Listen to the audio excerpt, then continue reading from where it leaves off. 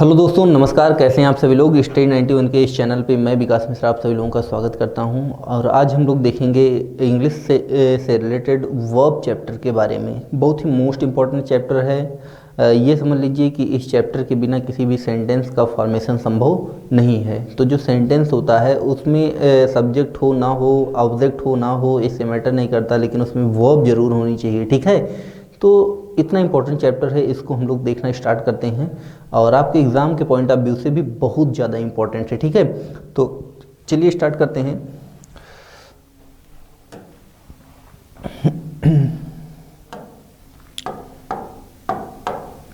तो मैंने यहाँ पे जो शब्द है वो क्या है, वर्ब, इसके बारे में बात कर रखी है। सबसे पहले हम लोग इसके बारे में थोड़ी बेसिक चीज़ समझ लेते हैं। देखिए, ये तो एक पहली बात तो ये वर्बम नाम के शब्द से इसकी उत्पत्ति हुई है। और दूसरी बात यह है कि इसमें अगर हम प्रोनाउंसिएशन की बात करें तो जो आर शब्द लिखा है साइलेंट होता है, तो इसको इसलिए वर्ब पढ़ते हैं, वर्ब नहीं पढ़ा करते हैं। ठीक है, थोड़ा सा आगे देखते हैं। ये जो वर्ब होता है सामान्यतः, अब हम इसके डेफिनेशन की यहाँ पे बात करेंगे। तो जो वर्ब होता है सामान्यतः यहाँ पे बात की जाती है एक्शन की। किसकी बात की जाती है? एक्शन की। मतलब कोई भी ऐसा वर्ड जिससे हमको किसी एक्शन के बारे में पता चलता है, किसी कार्य के बारे में पता चलता है, उसको हम क्या बोलते हैं? वर्ब बोलते हैं, या हिंदी में इसी को हम क्रिया बोलते हैं। हिंदी में इसी को हम क्या बोलते हैं? क्रिया बोलते हैं। ठीक है, तो ऐसा भी आप कह सकते हो कि जो एक क्रिया होती है वो किसी कार्य को बताती है। ठीक है, a verb denote an action. Clear? चलिए थोड़ा सा डिटेल देखते हैं। ये तो हो गई साधारण सी बात। अगर कोई सिंपली आपसे पूछे कि भैया वर्ब क्या है, तो आप सिंपली ये बता सकते हैं कि वर्ब जो होती है वो किसी एक्शन को डिनोट करती है, क्रिया कार्य को बताती है। ठीक है, अब थोड़ा सा और हम लोग वर्ब के बारे में ही डिटेल में देखेंगे कि वर्ब का कार्य क्या होता है किसी भी सेंटेंस में। तो जो वर्ब होता है, ये देखिए, पहली बात तो ये हैपनिंग को शो करता है, या फिर किसी बीइंग को शो करता है, या फिर किसी डूइंग को शो करता है। देखो, एकदम बेसिक लेक्चर ले रहा हूँ है वर्ब का। वर्ब की जो बेसिक छोटी छोटी बातें हैं उन सारी बातों को यहाँ पे कवर किया जाएगा। ठीक है, तो जो वर्ब होती है वो किस चीज़ को डिनोट करती है? हैपनिंग को दिखाती है, बीइंग को दिखाती है, या फिर डूइंग की बात करती है। देखिए, हैपनिंग मीन्स क्या होता है? किसी घटना के घटित होने के बारे में बताता है। ये किसी घटना के घटित होने के बारे में बताता है।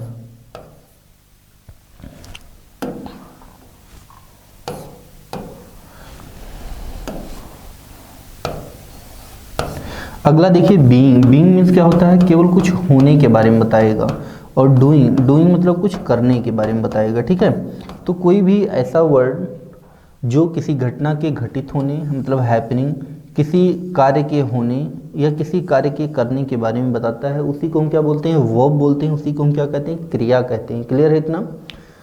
थोड़ा सा आगे बढ़ते हैं हम लोग। एक एक को हम लोग सेंटेंस के माध्यम से देखेंगे कैसे, किसमें, किस सेंटेंस में क्या वर्क हो रहा है। ठीक है, देखिए, जैसे पहला हमने सेंटेंस लिखा, हमने लिखा कमल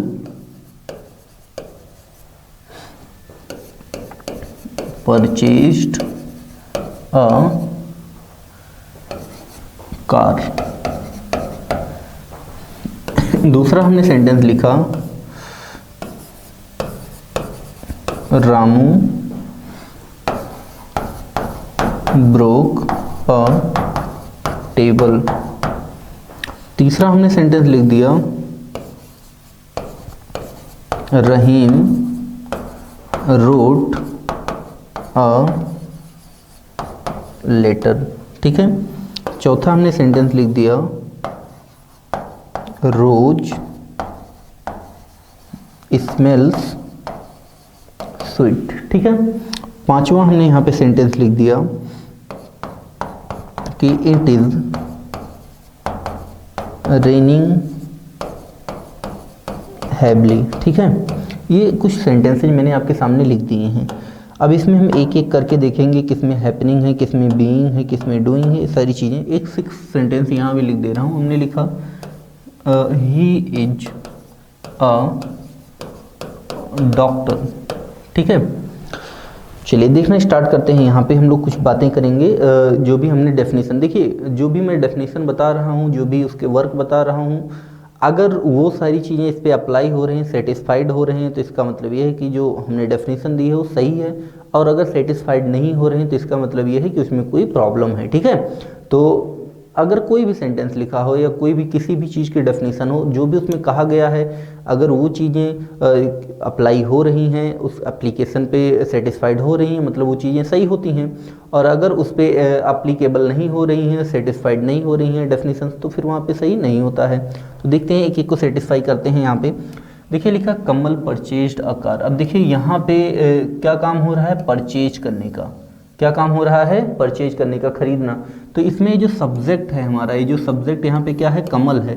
कमल कोई कार्य कर रहा है ना, और जब किसी कार्य को करने को बताता है तो ये जो वर्ब लिखे हैं परचेज, ये किस चीज़ को यहाँ पे फोकस कर रही है, डूइंग को बता रही है। इसमें क्या बताया जा रहा है, डूइंग को बताया जा रहा है, मतलब किसी कार्य के करने को बताया जा रहा है। अगला लिखा रामू ब्रोक अ टेबल। अब देखो यहाँ पे रामू सब्जेक्ट है और रामू क्या कर रहा है, ब्रोक, तोड़ने का काम कर रहा है। ठीक है, तो जाहिर सी बात है इस सेंटेंस में भी कुछ करने के बारे में कहा गया है। तो ये जो ब्रोक वर्ब लिखी हुई है, ये किसको शो कर रही है, यहाँ पे ये डूइंग को शो कर रही है। जैसे यहाँ परचेज डूइंग को शो कर रही थी ना, वैसे यहाँ ब्रोक भी किसको शो कर रही है, डूइंग को। अगला लिखा रहीम। अब देखिए रहीम सेंटेंस का क्या है, सब्जेक्ट है, रोट जो है ये वर्ब है, और लेटर जो है ये क्या है, ऑब्जेक्ट है। तो यहाँ पे रोट लिखने का काम हो रहा है ना, मतलब रहीम यहाँ भी क्या कर रहा है, कुछ करने के बारे में इंडिकेट कर रहा है। तो ये जो वर्ब लिखी है रोट, ये कुछ करने के बारे में बता रही है। तो यहाँ भी किस चीज़ को दिखाया जा रहा है, डूइंग को दिखाने की बात हो रही है। इस सेंटेंस में भी किसको दिखाने की बात हो रही है, डूइंग को। अगला देखते हैं लिखा रोज स्मेल्स स्वीट। अब देखो यहाँ स्मेल मीन्स क्या होता है, महकना। अब देखो रोज गुलाब महका थोड़े रहा है किसी को, तो इस सेंटेंस में डूइंग तो है नहीं। अच्छा, क्या कोई घटना घटित हो रही है, तो जाहिर सी बात है कोई घटना भी नहीं घटित हो रही है। तो इसमें हम किस चीज़ को दिखा रहे हैं, बीइंग, मतलब कुछ होने के बारे में यहाँ पे दिखाया जा रहा है। बस ये पता चल रहा है कि इसमें कुछ हो रहा है इस सेंटेंस में। तो ये जो स्मेल्स वर्ब लिखी है किसको शो कर रही है, बीइंग को। अगला देखिए लिखा इट इज़ रेनिंग हैवली। अब देखिए यहाँ पे जो सब्जेक्ट इट है, यहाँ पे जो हमारा सब्जेक्ट क्या है, इट है। अभी कुछ कर तो रहा नहीं है, तो डूइंग नहीं है। अच्छा, इसमें केवल कुछ होने के बारे में भी नहीं बताया, तो बीइंग नहीं है। हाँ, ये बात है कि इस सेंटेंस में किसी घटना के घटित होने को दिखाया जा रहा है, मतलब इस सेंटेंस में हैपनिंग, इस सेंटेंस में हम किसको फोकस कर रहे हैं, हैपनिंग को। तो इस सेंटेंस में हैपनिंग को फोकस किया जा रहा है, किसके माध्यम से, रेनिंग के माध्यम से। तो जो वर्ब लिखी है रेनिंग, ये किस चीज़ को यहाँ पे डिनोट कर रहा है, हैपनिंग को। एक सेंटेंस 6 वाला लिखा है ही, यहाँ पे सब्जेक्ट है, इज क्या है, वर्ब है, और अ डॉक्टर जो लिखा है क्या है, इसमें कॉम्प्लीमेंट है।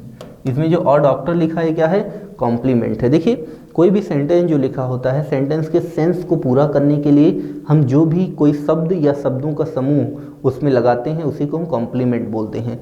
तो अगर हम केवल ही इज लिखे होते तो ये क्या हो जाता, पूरा का पूरा सेंटेंस होता ना, क्योंकि ही इज वह है, कौन है, क्या है, इसका तो हमें कुछ पता नहीं है।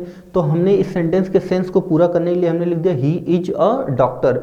तो जो अ डॉक्टर है, इसी को लगाने के बाद इसका सेंस कंप्लीट हुआ है ना। तो कोई भी ऐसा शब्द या शब्दों का समूह, मतलब ये जो कॉम्प्लीमेंट है, एक शब्द भी हो सकता है और कोई शब्दों का समूह, मतलब एक से अधिक शब्द भी हो सकते हैं। तो इसीलिए इसको हम कॉम्प्लीमेंट कहते हैं, क्योंकि ये सेंटेंस के सेंस को कंप्लीट करते हैं। क्लियर, तो कॉम्प्लीमेंट तो हो गया। अब देखिए ये अगर सेंटेंस की मैं बात करूँ तो यहाँ पे जो सब्जेक्ट ही है, कुछ कर तो रहा नहीं है, तो मतलब डूइंग नहीं है। अच्छा, कोई घटना भी घटित नहीं हो रही है इस सेंटेंस में, तो हैपनिंग भी नहीं है। अच्छा, इसमें कुछ हो भी नहीं रहा है, तो इसमें बीइंग भी नहीं है। तो ये जो तीनों बताया था, ये तीन के तीनों नहीं है। तो फिर बात होगी कि इसमें है क्या फिर आखिर में। तो ये जो सेंटेंस लिखा हुआ है, इस सेंटेंस में ये जो इज वर्ब है, ये स्टेट को दिखा रही है, मतलब ये एक्शन को यहाँ पे नहीं रिप्रेजेंट कर रही है। ये किस चीज़ को यहाँ पे दिखा रही है, ये स्टेट को रिप्रेजेंट कर रही है, राज्य वाला नहीं, अवस्था वाला। तो यहाँ पे किस चीज़ को दिखा रहा है, अवस्था को दिखा रहा है। तो इस प्रकार से हमने जो भी आपको डेफिनेशंस अभी तक बताई, जो भी हमने उसकी एक मीनिंग दी, वो सारी की सारी चीज़ें यहाँ आपके सामने सेटिस्फाइड हो रही हैं। ठीक है, तो इसलिए हम ये कह सकते हैं कि जो वर्ब होती है वो बीइंग को, डूइंग को, हैपनिंग को या फिर स्टेट को, इन सब चीज़ों को शो करने का काम करती है, प्रदर्शित करने का काम करती है। ठीक है, या फिर ऐसा कहा जाए कि अगर हमको किसी सेंटेंस में किसी घटना के घटित होने के बारे में अगर बताना होगा तो हमें उसमें वर्ब लिखनी पड़ेगी, क्योंकि वर्ब में ही ये क्वालिटी होती है कि किसी चीज़ के हैपनिंग को व्यक्त करे। या फिर मान लीजिए किसी कार्य के करने को शो करना है तो हमको उस सेंटेंस में क्या प्रयोग करना पड़ेगा, वर्ब का प्रयोग करना पड़ेगा, क्योंकि किसी कार्य के करने या किसी कार्य के होने के बारे में जो शब्द बताता है वो वर्ब ही होता है। ठीक है, चलिए आगे बढ़ते हैं थोड़ा सा। तो यहाँ पे तो बात हो गई है डेफिनेशन की। अब हम बात करेंगे इसके टाइप्स की। तो हम सबसे पहले यहाँ पे वर्ब लिख दे रहे हैं और इसको हम अलग अलग पार्ट्स में यहाँ पे डिवाइड करेंगे। ठीक, तो वर्ब को मुख्यतः हम दो भागों में बांटते हैं। पहला होती है फाइनाइट वर्ब और दूसरी होती है नॉन फाइनाइट वर्ब। एक होती है फाइनाइट वर्ब और दूसरी क्या होती है, नॉन फाइनाइट वर्ब। जो फाइनाइट वर्ब होती है इसको हम आगे फिर दो भागों में बांटते हैं। एक बांटते हैं ऑक्सिलरी वर्ब और दूसरा भाग होता है इसका मेन वर्ब। ठीक है, ऑक्सिलरी को फिर हम दो भागों में बांटते हैं। एक होती है अपनी हेल्पिंग ऑक्सिलरी और एक होती है अपनी मॉडल ऑक्सिलरी।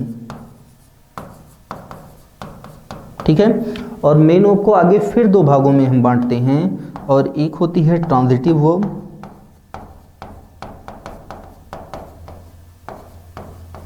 और एक होती है इनट्रांजिटिव वर्ब।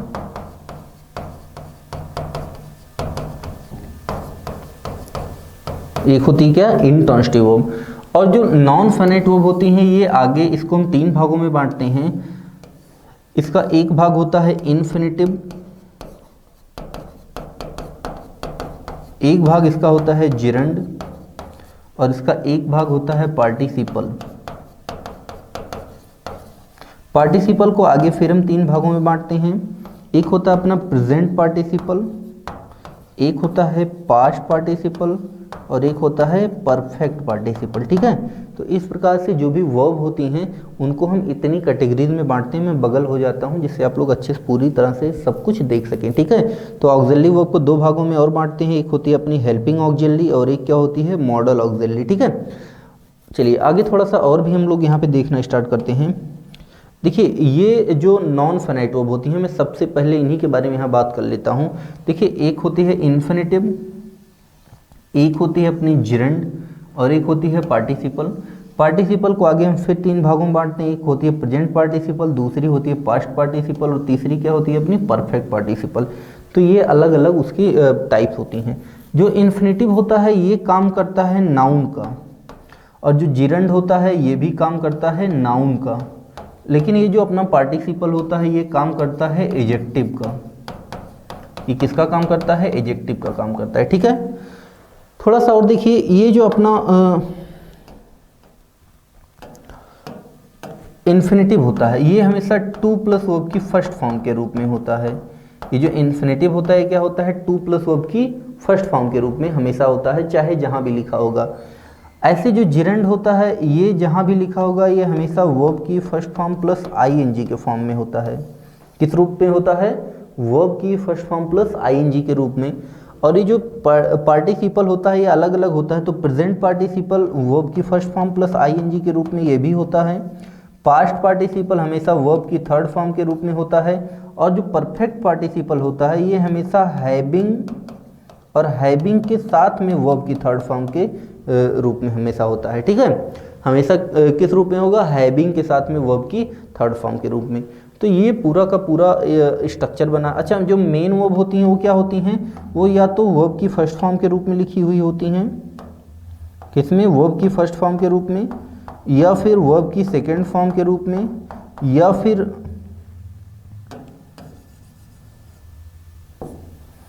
ऐसे देखिए ये या तो वर्ब की फर्स्ट फॉर्म के रूप में होगी, या वर्ब की सेकेंड फॉर्म के रूप में होंगी, या फिर वर्ब की थर्ड फॉर्म के रूप में होंगी, या वर्ब की फर्स्ट फॉर्म प्लस आईएनजी के फॉर्म में होंगी, या फिर वर्ब की फर्स्ट फॉर्म प्लस एस या ईएस के फॉर्म में होंगी।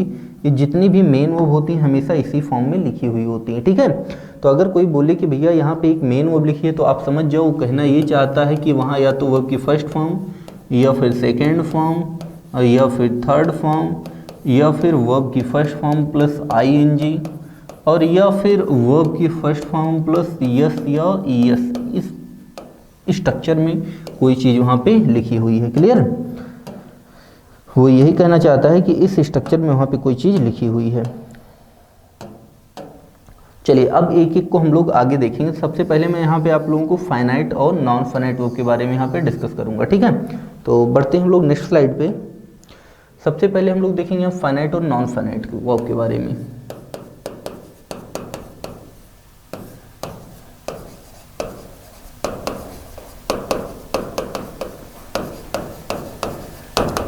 तो ये हो गया। अब देखिए सबसे पहले यहाँ फाइनाइट वर्ब, सबसे पहले क्या होती है? Finite verb. अब इसको समझने से पहले कुछ बेसिक बातें आप लोग समझिए। देखिए जो सेंटेंस होता है उसका स्ट्रक्चर होता है subject plus verb plus object. ये किसी भी सेंटेंस का स्ट्रक्चर हुआ करता है। ये जो आपके सामने लिखा हुआ है ये किसी भी सेंटेंस का स्ट्रक्चर हुआ करता है। अब देखिए अगर मैं इसमें बात करूं किसी वर्ब की, ठीक है, तो जो वर्ब का प्रयोग होता है वो हमेशा किसके अनुसार होता है? सब्जेक्ट के अनुसार होता है। वर्ब का प्रयोग हमेशा किसके अनुसार होता है? सब्जेक्ट के अनुसार होता है, अगर हम केवल इन तीनों की ही बात करें। ठीक है, लेकिन अगर वर्ब के हम और भी डिपेंडेंसी की बात करें कि इसके अलावा वर्ब और किसके अनुसार यूज की जाती है, तो जो वर्ब होती है इसका मेन, अगर हम मेन फैक्टर की बात करें तो दो चीज़ें निकल के आती हैं। एक तो वर्ब का प्रयोग सब्जेक्ट के अनुसार करते हैं और दूसरा वर्ब का प्रयोग हम किसके अनुसार करते हैं? टेंस के अनुसार। मतलब जैसा टेंस होगा उस हिसाब से वर्ब आएगी, तथा उसके साथ साथ जैसा सब्जेक्ट होगा उस हिसाब से वर्ब का प्रयोग वहाँ पे किया जाएगा। ठीक है, अब देखिए जो सब्जेक्ट होते हैं ये दो प्रकार के होते हैं। जो अपने सब्जेक्ट होते हैं ये कितने प्रकार के होते हैं? दो प्रकार के। एक होता है सिंगुलर सब्जेक्ट और एक होता है प्लूरल सब्जेक्ट। ठीक है, अब सिंगुलर क्या होती है? कोई भी चीज़ जो संख्या में एक होती है उसको सिंगुलर बोलते हैं, और कोई भी चीज़ संख्या में जो एक से ज़्यादा होती है उसको हम क्या बोलते हैं? प्लूरल बोलते हैं। कोई भी चीज़ जो संख्या में एक से ज़्यादा होती है उसको हम क्या बोलते हैं? प्लूरल बोलते हैं। अब मैंने बताया कि जो वर्ब होती है इसका प्रयोग किसके अनुसार करते हैं? सब्जेक्ट के अनुसार करते हैं। तो कहने का मतलब यह है कि जैसा किसी भी सेंटेंस में सब्जेक्ट आएगा उसी हिसाब से क्या आएगी? वर्ब आएगी। तो कहने का मतलब यह है कि अगर दो प्रकार का होता है तो अगर सिंगुलर सब्जेक्ट लिखा हुआ होगा किसी भी सेंटेंस में तो फिर वर्ब कैसी आएगी? सिंगुलर वर्ब आएगी। और अगर किसी भी सेंटेंस में प्लूरल सब्जेक्ट लिखा हुआ होगा तो उस सेंटेंस में प्लूरल वर्ब आएगी। ये रूल होता है। इतना आशा करता हूं कि आपका क्लियर होगा। चलिए थोड़ा सा आगे बढ़ते हैं। अब यहाँ पे मैंने बता दिया था कि आपको सब्जेक्ट के अनुसार वर्ब लगाते हैं, लेकिन उसके साथ साथ हम टेंस के अनुसार भी वर्ब का प्रयोग करते हैं। तो अब दो चीज़ें आपको यहाँ पता चल गई कि वर्ब का प्रयोग सब्जेक्ट और टेंस के अनुसार किया जाता है। अब सब्जेक्ट का नंबर जैसा होगा, सिंगुलर सब्जेक्ट होगा तो सिंगुलर वर्ब आएगी, प्लूरल अगर सब्जेक्ट होगा तो प्लूरल वर्ब आएगी। और टेंस जैसा, टेंस का मतलब ये है कि अगर सेंटेंस में प्रेजेंट टेंस की बात की गई होगी तो प्रेजेंट टेंस वाला वर्ब लगेगा, पास्ट टेंस वाली बात की गई तो पास्ट टेंस वाला वर्ब लगेगा, और फ्यूचर टेंस की बात की गई होगी तो फ्यूचर टेंस वाली वर्ब का प्रयोग करेंगे। ठीक है, अब आ जाइए अपने टॉपिक पे। अब मैं बात करता हूँ फाइनाइट। तो देखिए फाइनाइट मीन्स होता है लिमिटेड। फाइनाइट मीन्स क्या होता है? लिमिटेड होता है, सीमित होता है। फाइनाइट की मीनिंग क्या होती है? लिमिटेड होती है, सीमित होती है। तो ऐसी वर्ब्स जो सीमित होती हैं, अब ये वर्ब जो होती है किससे सीमित होती है? वर्ब जो अपनी होती है ये सीमित होती है सब्जेक्ट से और इसके साथ साथ टेंस से। जो अपनी वर्ब होती है किससे सीमित होती है? एक तो सब्जेक्ट से सीमित होती है और दूसरी टेंस से सीमित होती है। तो कहने का मतलब ऐसी वर्ब्स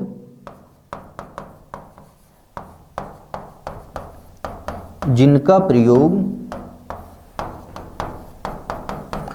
सेंटेंस में सब्जेक्ट के नंबर, सब्जेक्ट के नंबर का मतलब क्या है? सब्जेक्ट के नंबर का मतलब है अगर सब्जेक्ट सिंगुलर होगा, सब्जेक्ट का नंबर सिंगुलर होगा तो सिंगुलर होगा, सब्जेक्ट का नंबर प्लूरल होगा तो प्लूरल होगा। तो सब्जेक्ट के नंबर तथा टेंस के आधार पर प्रयोग की जाती हैं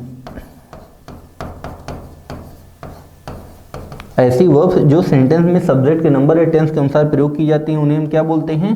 फाइनाइट वर्ब बोलते हैं। क्लियर है। अब हम बात करते हैं फिर नॉन फाइनाइट वर्ब की। आगे हम बात किसकी करेंगे यहाँ पे, नॉन फाइनाइट वर्ब की। तो देखिए फाइनाइट मीन्स क्या था, सीमित, तो नॉन फाइनाइट मीन्स क्या हो जाएगा, असीमित। क्या हो जाएगा, असीमित, मतलब अनलिमिटेड। क्या हो जाएगा, अनलिमिटेड, मतलब जिसकी कोई लिमिट ना हो। अब लिमिट कैसे वर्ब पे लगती है, लिमिट लगती है वर्ब पे सब्जेक्ट से और टेंस से। अब इन्हीं दोनों से वर्ब पे लिमिट लगती है।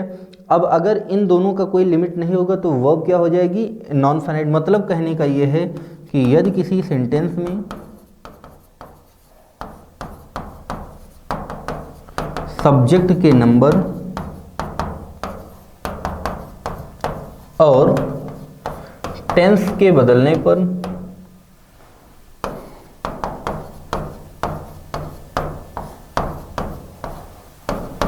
जो वर्ब नहीं बदलती है नॉन फाइनाइट वर्ब कहलाती है।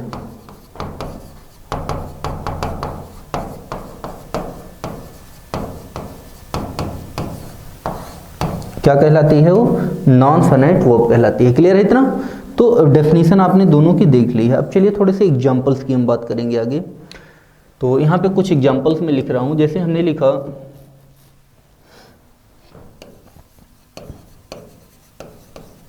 रमेश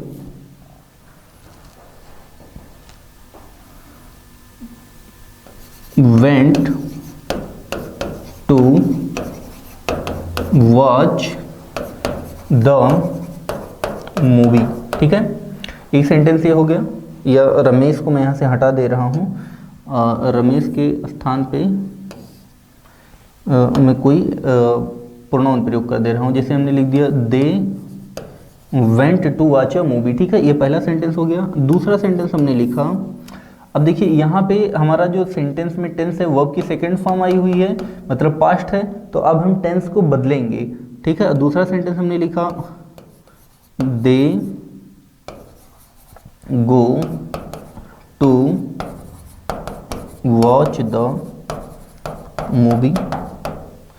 और तीसरा हमने यहाँ पे सेंटेंस लिखा he goes to watch the movie. ठीक है, ये तीन सेंटेंस लिखे हैं। अब देखिए हमें इसमें वर्ब के फाइनाइट और नॉन फाइनाइट होने का पता कैसे चलेगा। तो हमें वर्ब के फाइनाइट और नॉन फाइनाइट होने का पता ऐसे चलेगा कि हम क्या करेंगे, एक एक सेंटेंस में किसी में सब्जेक्ट के नंबर को बदलेंगे तो देखेंगे कि कौन कौन सी वर्ब चेंज हो रही है, या फिर किसी सेंटेंस में सेंटेंस के टेंस को बदलेंगे, फिर देखेंगे कौन कौन सी वर्ब चेंज हो रही है। अब ऐसा सब करने पे जो वर्ब चेंज हो जाएगी वो फाइनाइट, जो नहीं चेंज होगी वो नॉन फाइनाइट। ठीक है, तो चलिए देखते हैं यहाँ पे। तो यहाँ पे देखिए दे क्या है, सब्जेक्ट है, सब्जेक्ट अपना प्लूरल है। अच्छा, वर्ब की सेकंड फॉर्म आई है तो इस सेंटेंस में जाहिर सी बात है किस टेंस का प्रयोग किया गया है, पास्ट टेंस का प्रयोग किया गया है। ठीक है, तो पहला सेंटेंस तो ऐसे सिंपल रहेगा। अच्छा, उसमें कार्य इस सेंटेंस में कितने हो रहे हैं, एक जाने का कार्य हो रहा है, एक टू वॉच मतलब देखने का कार्य हो रहा है। ठीक है, तो दो वर्ब यहाँ पे आपके सामने लिखी हैं। अब सेंटेंस यही था। अब हमने क्या किया है, यहाँ पे जो हमारा सब्जेक्ट था इसको हमने कांस्टेंट रखा है, मतलब सब्जेक्ट जैसे था वैसे ही रखा है। टेंस को चेंज किया है, और टेंस को पास्ट से हमने किस में लिखा है, यहाँ पे प्रेजेंट में लिख दिया है। अब अगर टेंस को चेंज करने से देखेंगे कि कोई वर्ब चेंज हो रही है या नहीं हो रही है, तो हमने देखा जो वेंट लिखी थी ये क्या आ गई, वर्ब की फर्स्ट फॉर्म में चेंज हो गई और ये गो हो गई। लेकिन जो टू वॉच लिखी थी जैसे लिखी थी वैसे ही लिखी है। फिर हमने सोचा हो सकता है कि केवल टेंस के चेंज होने से ही ना इफेक्ट पड़ता हो, सब्जेक्ट भी चेंज करते हैं। तो अब देखिए इसमें हमने टेंस को कांस्टेंट रखा, इसमें पहले इसमें प्रेजेंट टेंस रखा था तो अगले वाले में भी हमने प्रेजेंट टेंस को ही रखा। लेकिन यहाँ पे हमने क्या किया, ये सब्जेक्ट चेंज कर दिया और यहाँ पे जो अपना सब्जेक्ट है, यहाँ पे प्लूरल सब्जेक्ट है, यहाँ सिंगुलर कर दिया, तो यहाँ पे अपना सब्जेक्ट क्या हो जाएगा, ही। तो हमने देखा इन दोनों में प्लूरल सब्जेक्ट लिखा हुआ था और इसमें क्या लिखा है, सिंगुलर सब्जेक्ट। तो जैसे ही हमने प्लूरल से सब्जेक्ट को सिंगुलर किया तुरंत हमने देखा यहाँ पे जो गो वर्ब की फर्स्ट फॉर्म लिखी थी ये चेंज होके वर्ब की फर्स्ट फॉर्म के साथ में यस या ईएस वाले फॉर्म में चेंज हो गई। मतलब गो को यहाँ गो किस में चेंज होगी, गोज में। लेकिन ये जो टू वॉच लिखी थी ये ऐसे ही जैसे पहले लिखी हुई थी वैसे ही अभी भी लिखी हुई है। ठीक है, तो कहने का मतलब ये है कि हमने यहाँ पे ऑब्जर्व किया और हमने यहाँ पे देखा, ये जो वेंट लिखी हुई है, वेंट किसकी फॉर्म है, गो की फॉर्म है ना, गो, वेंट और गॉन, ये तीन फॉर्म होती है। जो गो होती है वर्ब की फर्स्ट फॉर्म होती है, वेंट वर्ब की सेकेंड फॉर्म होती है और गॉन जो होती है वर्ब की थर्ड फॉर्म होती है। तीनों फॉर्म्स होती हैं।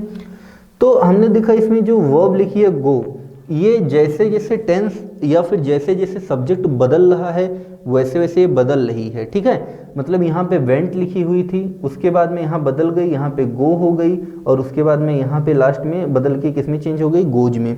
लेकिन ये जो टू प्लस वर्ब की फर्स्ट फॉर्म लिखी थी, देखो वॉच वर्ब की फर्स्ट फॉर्म है ना, तो ये जो टू वॉच लिखी हुई थी, ये जैसे पहले लिखी हुई थी वैसे ही अभी भी लिखी हुई है, ठीक है। तो चलिए इसको देखना स्टार्ट करते हैं। तो हमने देखा वेंट जो लिखी हुई है बदल रही है बार बार, जो यहाँ पे वेंट लिखी हुई है ये क्या हो रही है, बार बार बदल रही है। अब जो बार बार बदल रही है और सेंटेंस के सब्जेक्ट और सेंटेंस के सब्जेक्ट के नंबर या टेंस के अनुसार, इसको हम क्या बोलेंगे, फाइनाइट वर्ब बोलेंगे।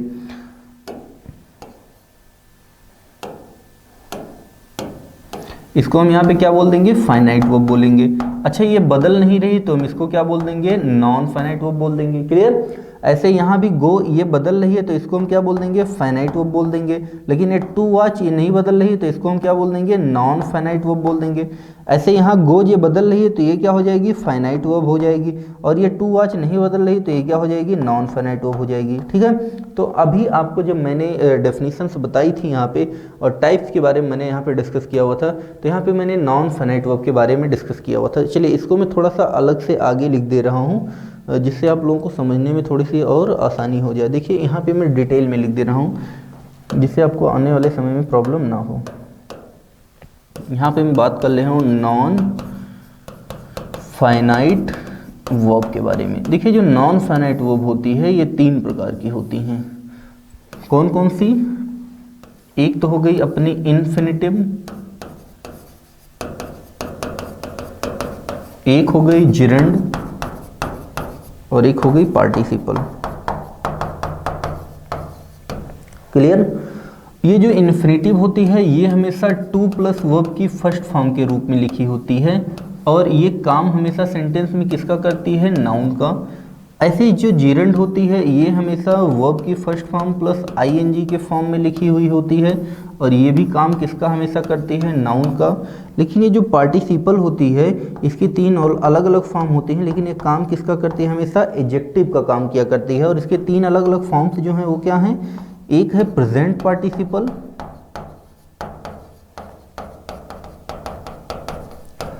एक है पास्ट पार्टिसिपल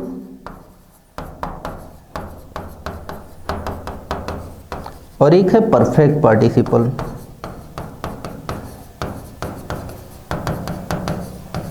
ठीक है। ये जो प्रेजेंट पार्टिसिपल होती है ये भी हमेशा वर्ब की फर्स्ट फॉर्म प्लस आईएनजी के फॉर्म में होती है और ये जो पास्ट पार्टिसिपल होती है ये हमेशा वर्ब की थर्ड फॉर्म के रूप में होती है और जो परफेक्ट पार्टिसिपल है ये हमेशा हैविंग के साथ में वर्ब की थर्ड फॉर्म के रूप में होती है। किसके रूप में, हैविंग के साथ में वर्ब की थर्ड फॉर्म के रूप में। तो ये अपने जो नॉन फाइनाइट वर्ब हैं इनको अलग अलग हम इस टाइप से डिवाइड करते हैं। तो जो हमने अभी नॉन फाइनाइट वर्ब देखी वो क्या थी, हमारी टू प्लस वर्ब की फर्स्ट फॉर्म थी जिसको हम क्या बोलते हैं, इन्फिनिटिव। तो देखिए ये जो सेंटेंस हमने इधर लिखा हुआ था इसमें ये जो टू प्लस वर्ब की फर्स्ट फॉर्म है कहीं बदल नहीं रही है, इसीलिए इसको हम क्या बोलते हैं, नॉन फाइनाइट वर्ब बोलते हैं। तो आशा करते हैं कि आज के बाद में आपके सामने अगर दो तीन सेंटेंस लिखे हुए हों और आपसे कोई पूछ लेगा भैया इसमें कौन सी वर्ब फाइनाइट है और कौन सी वर्ब नॉन फाइनाइट है, तो जाहिर सी बात है कि आप वहाँ पे अच्छे से पहचान ले जाएंगे। अच्छा थोड़ा सा और देखिए, ये जो अपनी नॉन फाइनाइट वर्ब है इनकी क्वालिटी ये होती है कि ये किसी भी सेंटेंस में कभी भी मेन वर्ब के रूप में प्रयोग नहीं की जाती हैं। किसी भी सेंटेंस में कभी भी ये मेन वर्ब के रूप में प्रयोग नहीं की जाती हैं। अच्छा दूसरी बात यह है कि इनका प्रयोग किसी भी सेंटेंस में सब्जेक्ट के रूप में भी किया जा सकता है। नॉन फाइनाइट वर्ब का प्रयोग सेंटेंस में सब्जेक्ट के रूप में भी किया जा सकता है। अच्छा देखिए जो ये इन्फिनिटिव लिखी हुई है ना या फिर जिरंड लिखी हुई है, काम किसका कर रही है, नाउन का काम कर रही है दोनों ही ना, लेकिन बनी किससे हैं, वर्ब से बनी हैं। तो इसीलिए इन दोनों को हम वर्बियल नाउन भी कहते हैं। क्या बोलते हैं इनको, वर्बियल नाउन भी कहा जाता है या इन्हीं को वर्बल नाउन भी कह सकते हो। ठीक है। तो ये इसके अलग अलग कैरेक्टर्स हैं। ये यहाँ पे इसीलिए मैंने आपको नॉन फाइनाइट वर्ब को थोड़ा सा डिटेल में बता दिया है। चलिए थोड़ा सा आगे हम लोग बढ़ते हैं। तो फाइनाइट वर्ब हो गई, नॉन फाइनाइट वर्ब हो गई। अब मैं यहाँ पे बात करूँगा मेन वर्ब की। किसकी बात करूँगा? मेन वर्ब की यहाँ पे बात करूँगा। तो मेन वर्ब जो होती है दो प्रकार की होती है, एक होती है ट्रांजिटिव वर्ब और एक होती है इनट्रांजिटिव वर्ब।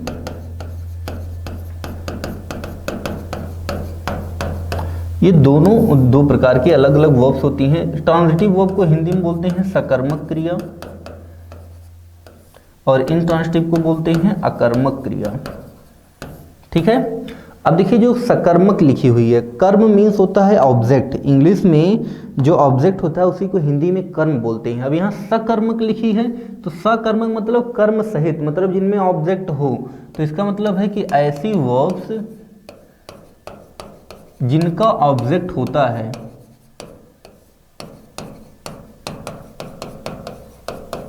ऐसी वर्ब्स जिनका ऑब्जेक्ट होता है उन्हें क्या बोलते हैं? सकर्मक क्रिया बोलते हैं। और अकर्मक मतलब जिसमें कर्म ना हो, तो ऐसी वर्ब्स जिनका ऑब्जेक्ट नहीं होता है, ऐसी वर्ब्स जिनका ऑब्जेक्ट नहीं होता है उनको हम क्या बोलते हैं? अकर्मक क्रिया बोलते हैं, या इंग्लिश में इसी को बोलते हैं इंट्रांजिटिव वर्ब, मतलब हैविंग नो ऑब्जेक्ट। और इसको इंग्लिश में क्या बोलेंगे? Have an object. ठीक है, मतलब जिसके पास ऑब्जेक्ट है सकर्मक, जिसमें ऑब्जेक्ट नहीं है वो अकर्मक। ठीक है, तो ये तो थी इसकी डेफिनेशन। ये क्या थी इसकी डेफिनेशन। अब हम लोग देखेंगे कुछ इसके एग्जाम्पल्स के बारे में। चलिए देखना स्टार्ट करते हैं। तो पहले कुछ एग्जाम्पल लिख दे रहा हूँ। हमने लिखा my brother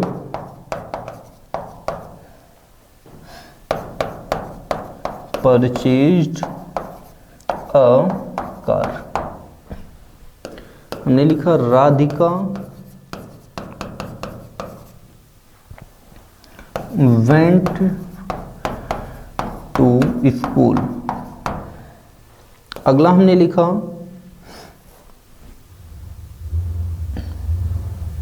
the shopkeeper is misleading the customers. अगला हमने लिखा कि कमल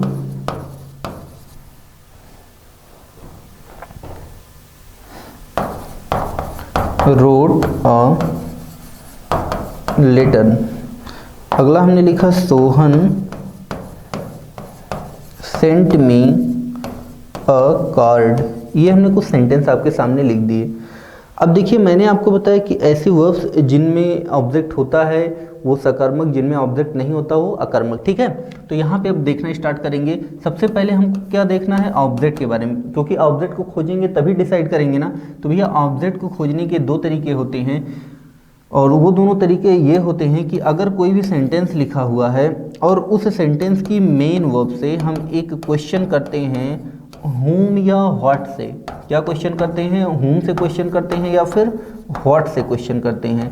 तो इन दोनों में से किसी का भी जो जवाब मिलता है वो सेंटेंस का ऑब्जेक्ट होता है। लेकिन जो whom होता है, whom मीन्स क्या होता है? किसको, और what मीन्स क्या। तो ये जो जवाब मिलेगा whom का, ये किसी पर्सन को दिखाता है। किसको दिखाता है? ये किसी पर्सन को दिखाता है, मतलब कोई व्यक्ति होगा जो whom का जवाब होगा। और what किसको दिखाता है? थिंग्स को, मतलब कोई वस्तु होगी जो what का जवाब होगी। ठीक है, क्लियर है इतना? आगे देखते हैं अपने टॉपिक को। चलिए देखते हैं। तो देखिए इस सेंटेंस में मेन वर्ब क्या है? परचेज्ड है। इस सेंटेंस में मेन वर्ब क्या है? वेंट है। और इस सेंटेंस में मेन वर्ब क्या है? मिसलीडिंग है ना। और ईच क्या है? यहाँ पे हेल्पिंग वर्ब है। ऐसे रोट यहाँ पे क्या है? मेन वर्ब है। ऐसे सेंट यहाँ पे क्या है? ये मेन वर्ब है। ठीक है, तो ये सारी मेन वर्ब है। अब हमको इनसे क्वेश्चन करना है। क्वेश्चन किससे करेंगे? whom से करेंगे या फिर what से करेंगे।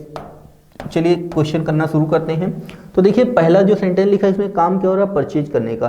तो अब क्वेश्चन करेंगे। whom मीन्स क्या होता है? किसको। तो किसको खरीदा? तो कोई जवाब नहीं, क्योंकि हूम का जवाब तो कोई व्यक्ति होगा ना, क्या इधर कोई व्यक्ति है? तो नहीं है। क्या खरीदा? तो जाहिर सी बात है कि हमको इसके जवाब के रूप में मिल रहा है कार, तो कार क्या हो जाएगा सेंटेंस का? ऑब्जेक्ट हो जाएगा। फिर अगले सेंटेंस पे आते हैं, लिखा राधिका वेंट, किसको गई राधिका? तो कोई जवाब नहीं मिला। राधिका क्या गई? तो इसका भी हमें कोई जवाब नहीं मिला, मतलब इस सेंटेंस में भी ऑब्जेक्ट नहीं है। अब आधे लोग सोच रहे होंगे सर किसको गई, तो हम बोल सकते हैं स्कूल को गई। नहीं प्यारे मित्रों, ये यहाँ पे जो टू स्कूल लिखा है ये वेयर का जवाब है। ये किसका जवाब है? वेयर का जवाब है। जब मैं पूछूंगा कहाँ गई राधिका, तब आप बताओगे कि स्कूल गई है, ठीक है। तो ये होम या व्हाट में से किसी का भी जवाब नहीं है। आगे देखते हैं, द शॉपकीपर, जो दुकानदार है, इज मिसलीडिंग, धोखा दे रहा है, किसको? द कस्टमर्स को, चीट कर रहा है कहने का मतलब यहाँ पे है। तो यहाँ पे अपनी मेन वर्ब क्या है? मिसलीडिंग। अच्छा, किसको मिसलीड कर रहा है? जो क्वेश्चन करेंगे ना, तो किसको मिसलीड कर रहा है? तो जाहिर सी बात है यहाँ कस्टमर्स को मिसलीड कर रहा है। और देखिए जवाब मिला होम का ना, और कस्टमर तो कोई व्यक्ति ही होंगे, तो जो जवाब मिला सेंटेंस में होम का वही क्या हो जाएगा? ऑब्जेक्ट। तो यहाँ कस्टमर्स क्या हो जाएगा? ऑब्जेक्ट। ऐसे अगला देखिए, कमल रोट, अब देखिए रोट यहाँ पे वर्ब है, तो कमल ने किसको लिखा? तो कुछ नहीं पता। कमल ने क्या लिखा? तो जाहिर सी बात है उसने लेटर को लिखा। तो यहाँ पे जो लेटर लिखा हुआ है ये क्या हो जाएगा? इस सेंटेंस का ऑब्जेक्ट हो जाएगा। ऐसे यहाँ पे देखिए, सोहन सेंट, किसको भेजा? देखो मीनिंग क्या होगी इसकी? सोहन सेंट मी अ कार्ड, सोहन ने मुझे एक कार्ड भेजा। तो देखो क्वेश्चन करेंगे, सोहन ने किसको भेजा? तो मुझे भेजा। तो ये जो मी लिखा है ये क्या हो जाएगा? सेंटेंस का ऑब्जेक्ट हो जाएगा। ऐसे क्या भेजा? तो यहाँ जो कार्ड लिखा है ये भी सेंटेंस का क्या हो जाएगा? ऑब्जेक्ट हो जाएगा। तो हमने देखा इसमें दोनों का ही हमको जवाब मिला, इसमें हमें दोनों का ही जवाब मिला। अच्छा, थोड़ा सा और इसमें डिटेल में अगर मैं जाऊं तो देखो, ये जो कार लिखा हुआ है ये किसका जवाब है? ये व्हाट का जवाब है। और ये कार क्या है? टी लिख दे रहा हूं, तो टी थिंग्स को दिखा रहा है। तो कार कोई थिंग्स है, बस तो ये है ना, और ये जवाब किसका है? व्हाट का जवाब है, तो ये ऑब्जेक्ट। ऐसे इसमें कोई जवाब नहीं मिला। यहाँ कस्टमर्स, ये किसका जवाब है? ये होम का जवाब है। और मैंने आपको बता रखा है कि होम का जवाब कोई पर्सन होता है, तो कस्टमर्स तो कोई व्यक्ति ही होंगे ना। अगला देखिए, व्हाट, ये जो लेटर लिखा है किसका जवाब है? ये व्हाट का जवाब है। और व्हाट का जवाब क्या होता है? कोई थिंग्स ही होती है, मतलब कोई वस्तु होती है। ऐसे अगला देखिए, मी, ये जो मी जवाब है किसका जवाब है? होम का जवाब है। और ये कोई पर्सन है। और ये जो कार्ड लिखा है किसका जवाब है? ये व्हाट का जवाब है। और कार्ड तो कोई वस्तु होगी ना, तो कार्ड थिंग्स में आएगी, तो ये थिंग्स का मतलब थिंग्स को रिप्रेजेंट कर रही है। तो इस प्रकार से हमने देखा कि जो हमारे सामने वर्ब्स लिखी हुई हैं, परचेज्ड इस वर्ब का ऑब्जेक्ट है ना, तो इसको हम क्या बोल देंगे? Transitive verb. टीवी, टेलीविजन नहीं, या फिर टोबैको वायरस नहीं, यहाँ पे टीवी का मतलब है कि ट्रांजिटिव वर्ब, मतलब सकर्मक क्रिया। क्यों? क्योंकि इसका कर्म है, मतलब इसमें ऑब्जेक्ट है, तो इसको हम क्या बोल देंगे? सकर्मक क्रिया बोल देंगे। अगला देखिए, वेंट वर्ब है जिसमें कोई ऑब्जेक्ट नहीं है, तो ये कैसी वर्ब हो जाएगी? इनट्रांजिटिव वर्ब हो जाएगी, मतलब अकर्मक क्रिया हो जाएगी, क्योंकि इसका ऑब्जेक्ट नहीं है। ऐसे मिसलीडिंग, इसका ऑब्जेक्ट है, तो ये भी कैसी वर्ब हो जाएगी? ट्रांजिटिव वर्ब हो जाएगी। ऐसे रोट, इसका भी ऑब्जेक्ट है, तो ये भी कैसी वर्ब हो जाएगी? Transitive verb. ऐसे सेंट, इसका भी ऑब्जेक्ट है, तो ये भी कैसी वर्ब हो जाएगी? ट्रांजिटिव वर्ब हो जाएगी।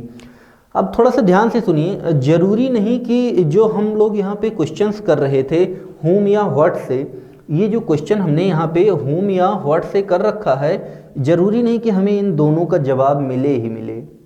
जरूरी नहीं है ये कि इन दोनों का जवाब हमें मिले ही मिले। दोनों में से किसी एक का भी जवाब मिल सकता है, या फिर दोनों का ही जवाब मिल सकता है, या फिर दोनों में से किसी का भी जवाब नहीं मिलेगा। अब अगर एक का जवाब मिला तो उसमें एक ही ऑब्जेक्ट होगा, दोनों का जवाब मिला तो उसमें दो ऑब्जेक्ट होंगे, और दोनों में से किसी का भी जवाब नहीं मिला मतलब ऑब्जेक्ट नहीं होंगे। जैसे कि आपने देखा यहाँ पे जो सेकंड वाला हमारा सेंटेंस था, बेंट वर्ब थी, इसमें कोई ऑब्जेक्ट नहीं था, तो एक ऐसी वर्ब हो जाएगी? इंट्रांजिटिव हो जाएगी। देखिए कुछ थोड़ी सी ट्रिक देखिए कुछ होती हैं वर्ब्स ऑफ मोशन होती हैं, वर्ब्स ऑफ मोशन होती हैं। वर्ब्स ऑफ मोशन का मतलब ऐसी क्रियाएं जिनसे हमें गति के बारे में पता चलता है। गति जैसे हमने लिखा रन, हमने लिखा वेंट, हमने लिखा कम, हमने लिखा गो, हमने लिखा अराइव, ठीक है। तो ये सभी जो वर्ब्स आपके सामने लिखी हैं, इनमें मोशन हो रहा है ना, गति के बारे में पता चल रहा है। आप चलेंगे, जाएंगे, कम आएंगे, फिर गो या अराइव पहुंचना, इन सब में कोई गति होती है ना। तो कोई भी ऐसी जो वर्ब्स ऑफ मोशन के अंतर्गत वर्ब्स आती हैं उनका ऑब्जेक्ट नहीं होता, और ये सब की सब हमेशा इनट्रांजिटिव वर्ब होती हैं। ये सब हमेशा की क्या होती हैं, इंट्रांजिटिव वर्ब होती हैं। क्लियर है इतना? थोड़ा सा और देख लो। अब ये तो ऑब्जेक्ट को खोजने के दो तरीके थे। अब देखिए ऑब्जेक्ट जो होता है वो दो प्रकार का होता है। ऑब्जेक्ट जो होता है वो दो प्रकार का होता है, एक होता है डायरेक्ट ऑब्जेक्ट और एक होता है इनडायरेक्ट ऑब्जेक्ट। तो देखिए डायरेक्ट ऑब्जेक्ट जो होता है किसको दिखाता है, थिंग्स को दिखाता है, और जो इनडायरेक्ट ऑब्जेक्ट होता है किसको दिखाता है, पर्सन्स को दिखाता है। किसको दिखाता है, पर्सन्स को। चलिए थोड़ा सा आते हैं फिर से उसी टॉपिक पे। तो देखिए यहाँ पे जो आपके सामने ये ढेर सारी वर्ब्स लिखी हुई हैं, अगर इन सब की मैं बात करूं तो यहाँ पर ये देखिए कार, ये थिंग्स है ना, तो ये कैसा ऑब्जेक्ट हो जाएगा, ये कार जो है ये डायरेक्ट ऑब्जेक्ट हो जाएगा। ये देखो ये जो कलर है ये थोड़ा सा इस पे अच्छा नहीं लिख रहा है, इसको मिटा के हम कोई दूसरा कलर ले लेते हैं। ये थोड़ा सा अच्छा चल रहा है। तो देखिए जो कार लिखा है ये कैसा ऑब्जेक्ट हो जाएगा, डायरेक्ट ऑब्जेक्ट। क्यों? क्योंकि ये थिंग्स को बता रहा है। कस्टमर्स ये पर्सन्स को बता रहा है, तो ये कैसा ऑब्जेक्ट हो जाएगा, ये इनडायरेक्ट ऑब्जेक्ट हो जाएगा। ऐसे ही यहाँ पे देखिए लेटर, ये थिंग्स को बता रहा है ना, तो ये जो लेटर भी है ये क्या हो जाएगा, डायरेक्ट ऑब्जेक्ट हो जाएगा। ऐसे ही यहाँ पे कार्ड लिखा है, कार्ड थिंग्स है ना, तो ये कैसा ऑब्जेक्ट हो जाएगा, ये भी डायरेक्ट ऑब्जेक्ट हो जाएगा। और लेकिन ये जो मी लिखा है ये किसी पर्सन को बता रहा है, तो ये कैसा ऑब्जेक्ट हो जाएगा, ये इनडायरेक्ट ऑब्जेक्ट हो जाएगा। ठीक है, तो इस प्रकार से हम अलग अलग ऑब्जेक्ट, अलग अलग मतलब पर्सन्स को और थिंग्स को हम अलग अलग ऑब्जेक्ट्स में बांटते हैं। ठीक है, तो यहाँ से आपको समझ में आ गया होगा कि वर्ब को, अगर कोई भी वर्ब लिखी हो तो हम कैसे पहचानेंगे कि कोई ट्रांजिटिव वर्ब है या फिर कोई इनट्रांजिटिव वर्ब है। ठीक है, तो इन सभी चीज़ों को पहचानने का ये तरीका होता है कि वर्ब को ट्रांजिटिव मोड में या इनट्रांजिटिव मोड में हम कैसे फाइंड आउट करेंगे। और अगर हमने ऑब्जेक्ट भी खोज रखा है तो ऑब्जेक्ट को हम कैसे फाइंड आउट करेंगे, कौन सा डायरेक्ट ऑब्जेक्ट है, कौन सा इनडायरेक्ट ऑब्जेक्ट है। क्लियर? चलिए बढ़ते हैं थोड़ा सा हम लोग आगे। अब हम लोग यहाँ पे बात करेंगे ऑक्सिलरी वर्ब की। यहाँ पे हम बात किसकी करेंगे, ऑक्सिलरी वर्ब की।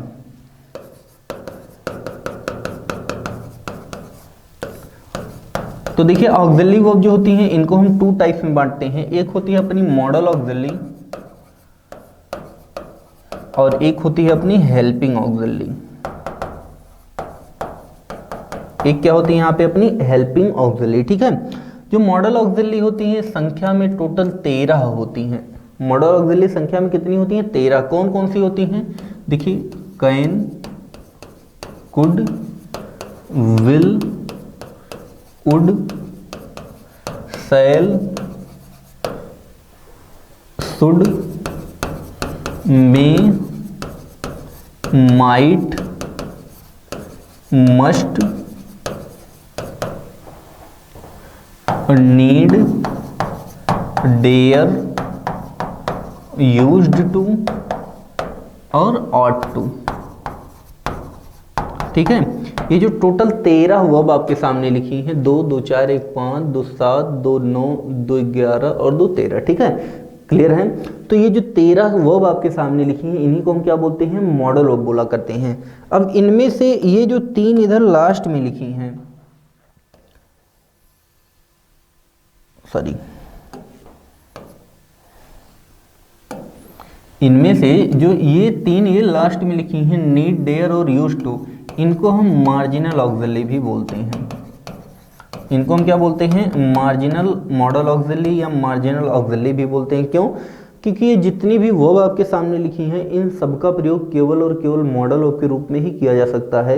लेकिन ये जो तीनों वर्ब लिखी हैं इनका प्रयोग हम मॉडल वर्ब के साथ साथ मेन वर्ब या एडजेक्टिव के रूप में भी कर सकते हैं। तो इनका 2 तरह से प्रयोग किया जा सकता है। तो इनको मार्जिनल ऑक्सिलरी और बाकी सबका प्रयोग हम केवल मॉडल वर्ब के रूप में कर सकते हैं, इसलिए इनको हम केवल मॉडल वर्ब बोलते हैं। ठीक है, जो अपनी हेल्पिंग ऑक्सिलरी इसको हम अलग अलग भागों में बांटते हैं। पहली है अपनी बी बेस वर्ब। पहली है अपनी क्या, बी बेस वर्ब। मैं इसको थोड़ा सा अलग यहाँ से लिख दे रहा हूँ जिससे आप लोगों में क्लियरिटी आ जाए और आप अच्छे से चीज़ों को समझ सकें। ठीक है, यहाँ पे मैं बात कर रहा हूँ हेल्पिंग ऑक्सिलरी की। ठीक है, सबसे पहला मैंने यहाँ पे बात किया बी बेस वर्ब की, बी बेस वर्ब के बारे में।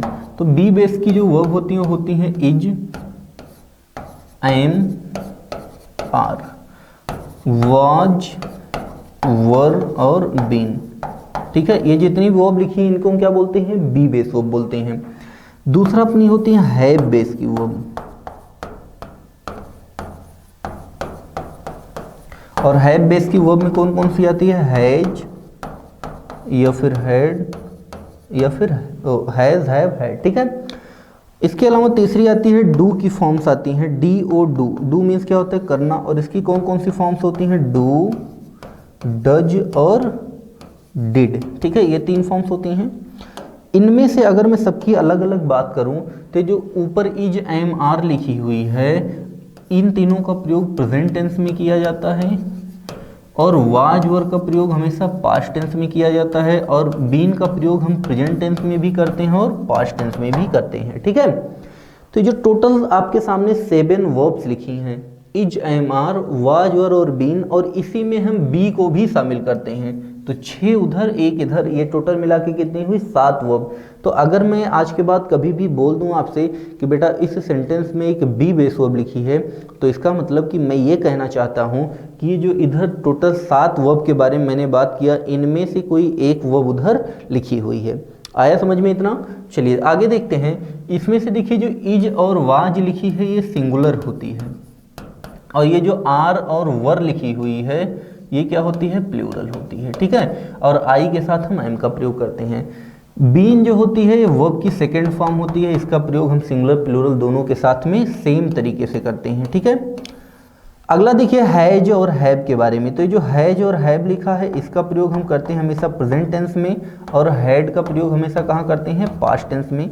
इसमें से जो हैज लिखा है ये सिंगुलर होता है, और जो हैव लिखा है क्या होता है, प्लूरल होता है, और हैड का प्रयोग हम सिंगुलर और प्लूरल दोनों के साथ में सेम केस में करते हैं। मतलब सब्जेक्ट अपना सिंगुलर होगा तब भी हैड लिखेंगे अगर पास्ट में, और अगर पास्ट में अपना सब्जेक्ट प्लूरल होगा तब भी हैड ही लिखेंगे, ठीक है।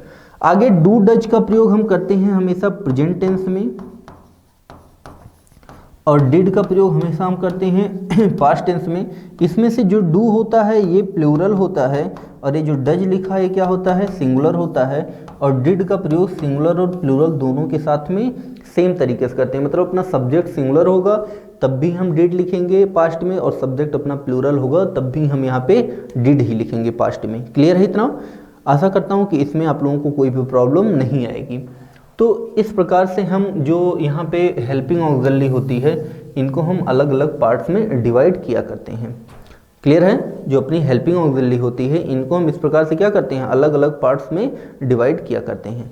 चलिए थोड़ा सा और हम लोग आगे बढ़ते हैं।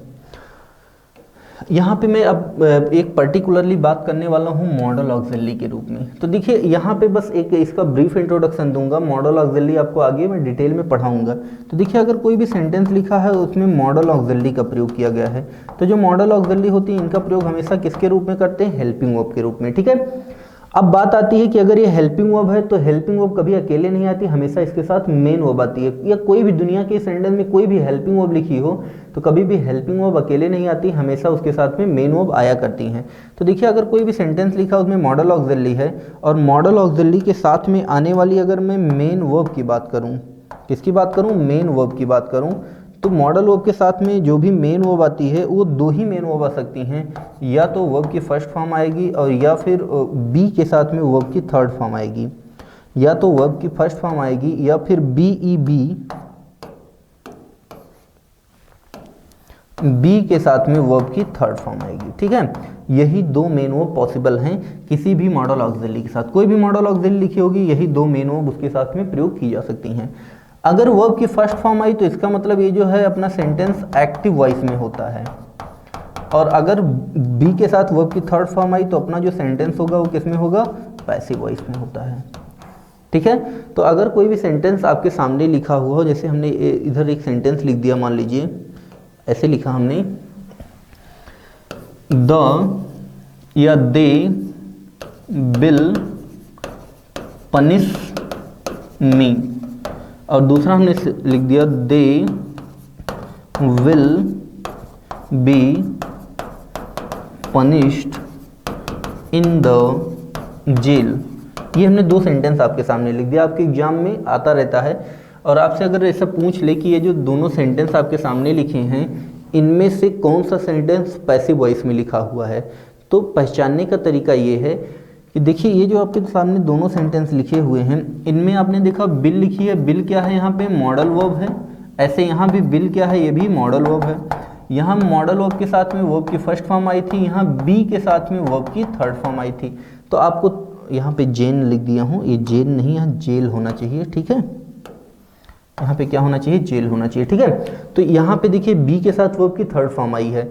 अब अगर बी के साथ वर्ब की थर्ड फॉर्म आई तो आप देखते ही पहचान सकते हो कि ये जो सेकंड वाला अपना सेंटेंस लिखा हुआ है किसमें लिखा है, पैसिव वॉइस में लिखा हुआ है। किसमें लिखा हुआ है, पैसिव वॉइस में।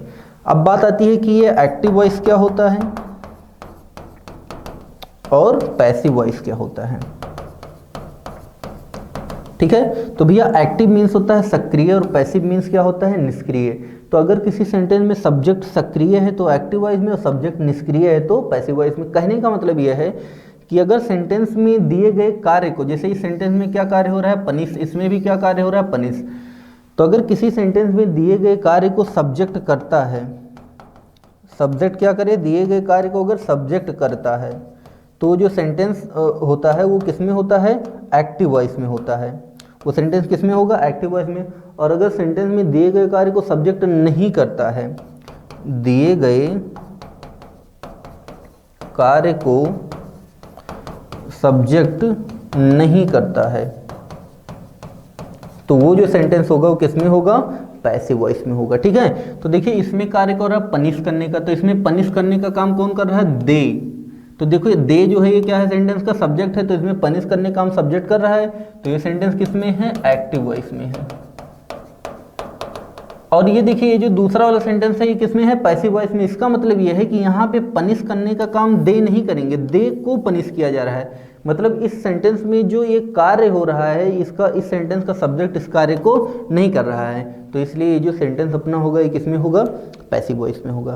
क्लियर है इतना। तो बढ़ते हैं थोड़ा सा आगे, और यहाँ पे मैंने आपको बता रखा है मेन, ये बीच में आ गया है क्या, एक मिनट, अच्छा ये लास्ट में पहुँच गया है, चलिए कोई बात नहीं है। तो प्यारे मित्रों आज के लिए इतना ही, और फिर मिलते हैं आगे के लेक्चर में जिसमें हम लोग बी बेस वर्ब के बारे में डिटेल में देखेंगे, हैव बेस वर्ब के बारे में डिटेल में देखेंगे और डू वर्ब के बारे में देखेंगे, ठीक है। तो इस प्रकार से अपना बेसिक वाला जो वर्ब का बेसिक पोर्शन है वो अपना कंप्लीट हो जाएगा, ठीक है। तो आज के लिए इतना ही, और बाकी मिलते हैं हम लोग नेक्स्ट डे। तो okay, thanks to all of you, पढ़ते रहिए, लिखते रहिए, ओके, गुड बाय।